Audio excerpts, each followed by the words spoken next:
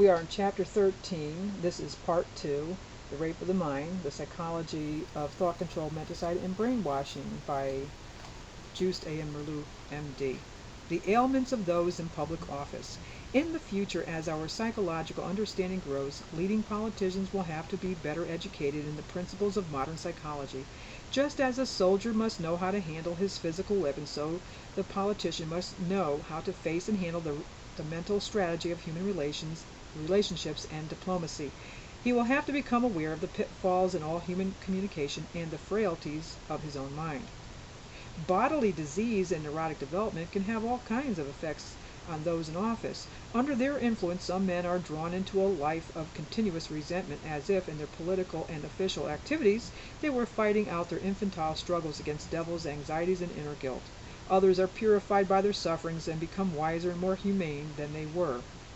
The modern science of psychosomatic medicine makes it clear that constant worrying, continual competition, repressed aggressions, the will to dominate and to govern others, the fear of responsibility, the burden of one's chosen profession are among the many factors that influence body and mind to form a pattern of bodily reactions. These reactions may actually hamper our ability to solve our problems by incapacitating us physically. Becoming a chosen statesman in our era of increased human competition and increased dependence on the masses of voters builds up in office holders qualities that are nearly psychopathic, that can cripple the body or the mind or both at the same time when we need the healthiest and soundest leaders. The role the latent psychosis or character disorder plays in many a leading personality cannot be emphasized enough. Not long ago I treated the leader of a huge humanitarian association who was accorded much esteem by his fellow citizens, but who was a sick, psychopathic tyrant in his own family circle. His children trembled at the sight of him and developed, of course, a cynical attitude about all idealism and humanitarianism. I suspect that many times this pathology is influenced by the way we select our leaders. Public preference is often directed towards strong defensive, overcompensated qualities of character which show up well at public functions. The outer facade is too much seen. We are not able to judge the inner core. In 1949, Burnett Hershey wrote an article which posed the question, "Is our fate in the hands of sick men?" The article was written after the tragic death of James Forrestal, the American Secretary of Defense, who committed suicide under the influence of despair and delusions of persecution. It describes in some detail the psychosomatic afflictions of various statesmen.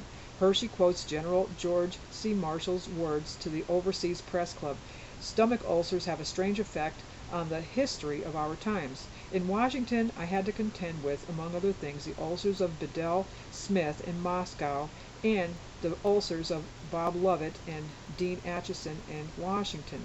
The author goes on to point out that Stalin, Sir Stafford Cripps, Warren Austin, and Wyshynski also suffered from psychosomatic ailments, as does Clement Attlee. All of us have heard of the repeated fainting spells of the Iranian ex-premier Mossadegh, the man who might, in a spell of semi-consciousness, have changed the balance of power in the Middle East. The much debated and headlined Senator McCarthy is another case in point. At the height of his struggle for headlines, he had a stomach condition that required an exploratory operation, bursitis, frequent sinus headaches, and signs of exhaustion. All of these are known as psychosomatic involvements resulting from extreme tension. We have, too, many cheering examples of how physical disability and neurotic development can mature and strengthen the personality.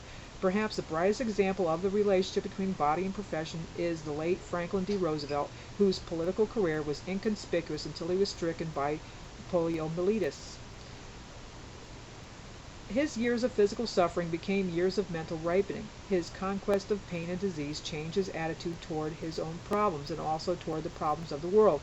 His growth of empathy and humility, his increase in strategic intuition, and his superior knowledge of the balance of forces in his country must be partly attributed to his inner mental growth during his disease. Roosevelt will always be a guiding example of how the mind is able to overcome the physical limitations of the body, how the mind grows beyond it when a man is willing to look inside and fight outside the conflicts with himself. The Conference of Unconscious Minds. Let me return for a moment to the wartime conference on welfare I mentioned earlier and tell you something more about it. The conference chairman did not feel well. Every decision was as painful for him as his ulcer. He hemmed and hawed and refused to accept the responsibility the position placed on him. The representative of one of the Eastern European countries was an attractive woman, but a misanthrope.